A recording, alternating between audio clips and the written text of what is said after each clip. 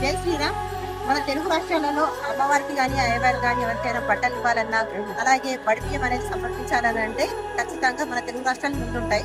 అటువంటి బడిబియ్యం కానీ బట్టల్ని కానీ మనం అయోధ్యలో తీసుకోవడానికి స్పెషల్ గా లోపలికి అయితే తీసుకెళ్ళలేరు, అలో చేయరు. అలాగే రామకోటి కూడా లోపలికి అలో చేయరు. వీటిని ఇవ్వాలనుకుంటే దాన్ కౌంటర్ అని ఉంటుంది. అలాంటి వాటి దగ్గర మనం ఇచ్చినట్లయితే ఆ దేవుడి సన్నిధానానికి చేరుకుంటాయి.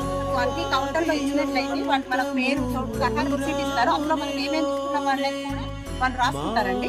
అందుకనేసి మీరు దాన్ కౌంటర్ లోనే మీకు సబ్మిట్ చేయడం ఇవ్వడం మంచిది.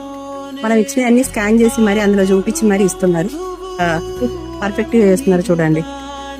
ఎట్లయితే మనకు డొనేషన్ చేసిన తర్వాత రిసీట్ ఖచ్చితంగా ఇస్తారండి. ఈ రిసీట్ కూడా తీసుకోండి. అందులో మనకి ఏమేమి ఇచ్చినా అన్ని డీటెయిల్స్ కూడా తెలియజేస్తారు. జై శ్రీరామ్. మన తెలుగు రాష్ట్రాలలో అమ్మవారికి కానీ అయ్యవారు కానీ ఎవరికైనా బట్టలు ఇవ్వాలన్నా అలాగే బడిబియ్యం అనేది సమర్పించాలని అంటే ఖచ్చితంగా మన తెలుగు రాష్ట్రాలు ముందుంటాయి. అటువంటి బడిబియ్యం కానీ బట్టల్ని కానీ మనం అయోధ్యలో తీసుకోవడానికి స్పెషల్ గా లోపలికి అయితే తీసుకెళ్ళలేరు, అలో చేయరు. అలాగే రామకోటి కూడా లోపలికి అలో చేయరు. వీటిని ఇవ్వాలనుకుంటే దాన్ కౌంటర్ అని ఉంటుంది. అలాంటి వాటి దగ్గర మనం ఇచ్చినట్లయితే ఆ దేవుడి సన్నిధానానికి చేరుకుంటాయి.